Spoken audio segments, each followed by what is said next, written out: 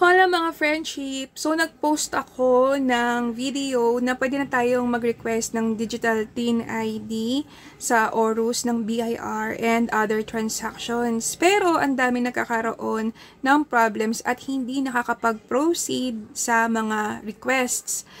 Ang napansin ko, friends, parang hindi pa yata nakapag-set up or nakapag-create ng account sa ORUS. So, number one, dapat makapag-set up po muna tayo. Paano yun? Ang proseso po niyan ay dapat makapag-fill out po kayo ng S1905 with the necessary requirements. And isasend po ito via email kung saan kayo registered na RDO.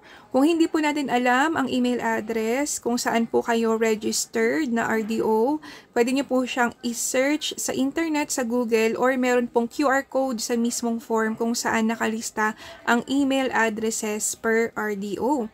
So first, hanapin muna natin yung S1905. Ako, friends, is tinype ko lang siya sa Google and then lumabas na siya. Ayan, S1905 BIR form.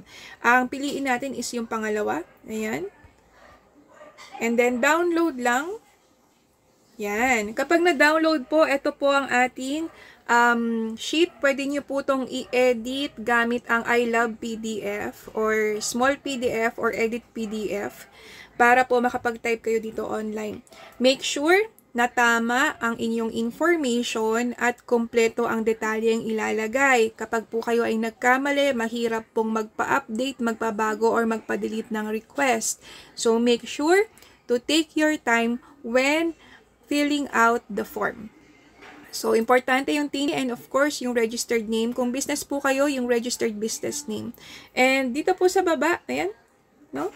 Kailangan po ng inyong signature, e-signature, and then scan me para malaman po yung email address ng RDO kung saan kayo naka-registered.